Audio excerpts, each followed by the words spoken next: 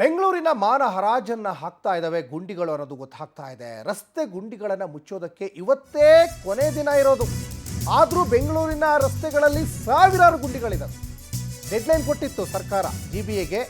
ಇವತ್ತು ಡೆಡ್ಲೈನ್ ಕೊಟ್ಟಿದ್ರು ಕೂಡ ಬೆಂಗಳೂರಿನಲ್ಲಿ ಸಾವಿರಾರು ಗುಂಡಿಗಳಿದ್ದಾವೆ. ರಸ್ತೆಗಳಲ್ಲೂ ಕೂಡ ಗುಂಡಿಗಳಿದ್ದಾವೆ. ಗುಂಡಿ ಮುಚ್ಚೋಕ್ಕೆ ಸಿದ್ದರಾಮಯ್ಯ ಸರ್ಕಾರ ಗಡುವು ಕೊಟ್ಟಿದ್ರು ಕೂಡ ಗುಂಡಿ ಮುಚ್ಚಿಲ್ಲ. ಯಮಗುಂಡಿಗಳು ಇವು. ಅಕ್ಟೋಬರ್ ಕೊನೆಯೊಳಗೆ ಗುಂಡಿ ಮುಚ್ಚಿ ಅಂತ CM ಹೇಳಿದ್ರು.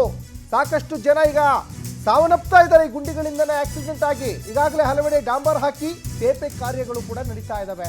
ಆದರೆ ಮಳೆ ಬಂದು ಕೆಲವೆಡೆ ಕಿತ್ತು ಬಂದಿದೆ ಡಾಂಬರ್. ಮೊನ್ನೆ ಎಲ್ಲ ಡೆಡ್ಲೈನ್ ಕೊಟ್ಟಿದ್ದಾರೆ ಅಂದ್ಕೊಂಡು ಮಳೆಲೇ ಎಲ್ಲ ಡಾಂಬರ್ ಹಾಕ್ತಾ ಇದ್ರು. ಮತ್ತೊಂದು ಕಡೆಗೆ ವಿಪಕ್ಷ ಲೇವಡಿ ಕೂಡ ಮಾಡ್ತಾ ಇತ್ತು. ದೇಶದ ಬೇರೆ ಬೇರೆ ರಾಷ್ಟ್ರಗಳ ಜೊತೆಗೆ ಕನೆಕ್ಟಿವಿಟಿ ಇರುವಂತಹ ಬೆಂಗಳೂರಿದು.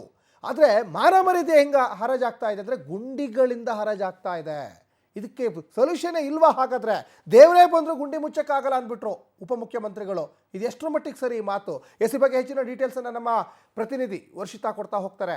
ವರ್ಷಿತಾ, ಇಡೀ ವಿಶ್ವಕ್ಕೆ ಕನೆಕ್ಟಿವಿಟಿ ಇರುವಂತಹ ಬೆಂಗಳೂರು ಇವತ್ತು ದೊಡ್ಡ ಮಟ್ಟದಲ್ಲಿ ಹೆಸರು ಮಾಡ್ತಾ ಇದೆ. ಆದರೆ ಗುಂಡಿಗಳಿಂದ ಮಾನ ಮರ್ಯಾದೆ ಹರಾಜಾಗ್ತಾ ಇದೆ. ಇದನ್ನು ಮುಚ್ಚಬೇಕಾಗಿದೆ ಯಾರು? ಸರ್ಕಾರ, GBA.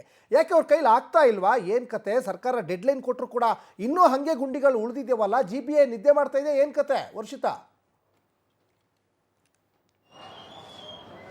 ಎಸ್ ಸಚಿನ್, ಬೆಂಗಳೂರಿನ ಗುಂಡಿಗಳನ್ನ ನೋಡಿ ನಿಜಕ್ಕೂ ಜನ ರೋಸ್ ಹೋಗಿದ್ದಾರೆ. ಪ್ರತಿ ಬಾರಿ ಕೂಡ ಗುಂಡಿಗಳ ವಿಡಿಯೋವನ್ನ ಸೋಷಿಯಲ್ ಮೀಡಿಯಾದ ಖಾತೆಗಳಲ್ಲಿ ಹಂಚಿಕೊಳ್ತಾ ಇರ್ತಾರೆ. ಜೊತೆಗೆ ಸರ್ಕಾರ ಜೊತೆಗೆ ಅಧಿಕಾರಿಗಳಿಗೂ ಕೂಡ ಈ ಗುಂಡಿಗಳನ್ನ ಟ್ಯಾಗ್ ಮಾಡ್ತಾ ಇರ್ತಾರೆ. ಈ ಹಿಂದೆ GBA ಮೀಟಿಂಗ್ ಆದಂತಹ ಸಂದರ್ಭದಲ್ಲಿ ಸ್ವತಃ CM ಸಿದ್ದರಾಮಯ್ಯ ಅವರೇ ಹೇಳ್ತಾರೆ, ಯಾಕಂದ್ರೆ ಅಧಿಕಾರಿಗಳಿಗೆ ಒಂದು ವಾರ್ನಿಂಗ್ ಅನ್ನ ಕೂಡ ಕೊಡ್ತಾರೆ. ನೀವು ಅಕ್ಟೋಬರ್ 31 ಒಳಗೆ ನೀವು ಗುಂಡಿಗಳನ್ನ ಮುಚ್ಚುತ್ತಾ ಇದ್ರೆ ಯಾವುದೇ ರೀತಿಯಾಗಿ ನೋಡದೆ, ಜೊತೆಗೆ ನಿಮ್ಮ ಕೆಲಸಗಳನ್ನ ಯಾವುದೂ ಕೂಡ ಪರಿಗಣಿಸದೆ ನಿಮ್ಮನ್ನ ಏನು ವಜಾ ಮಾಡಬೇಕಾಗತ್ತೆ ಕೆಲಸದಿಂದ ಅನ್ನುವಂತಹ ವಾರ್ನಿಂಗ್ ಕೂಡ GBA ಅಧಿಕಾರಿಗಳಿಗೆ ಕೊಡ್ತಾರೆ.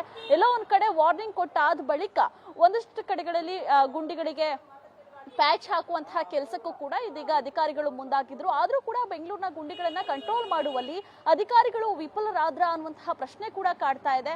ಇವತ್ತಿಗೂ ಸಚಿನ್, ನಾವೇನಾದ್ರೂ ಬೆಂಗಳೂರಿನ ಒಂದೊಂದು ರೋಡ್ಗಳಲ್ಲಿ ಓಡಾಡ್ತೀವಿ ಅಂತಂದ್ರೆ ಒಂದು ರೋಡಿಗೆ ಪ್ಯಾಚ್ ಹಾಕಿರ್ತಾರೆ, ಮತ್ತೊಂದು ಪಕ್ಕದ ರೋಡಲ್ಲೇ ಪ್ಯಾಚ್ ಹಾಗೆ ಇರುತ್ತೆ, ಗುಂಡಿಗಳು ಹಾಗೆ ಬಿದ್ದಿರುತ್ತೆ. ಹಾಗಾದ್ರೆ ಯಾವ ಲೆಕ್ಕಕ್ಕೆ ಅಧಿಕಾರಿಗಳು ಈ ಗುಂಡಿಗಳನ್ನ ಮುಚ್ತಾ ಇದ್ದಾರೆ ಅನ್ನುವಂಥದ್ದು ನಿಜಕ್ಕೂ ಗೊತ್ತಾಗ್ತಾ ಇಲ್ಲ.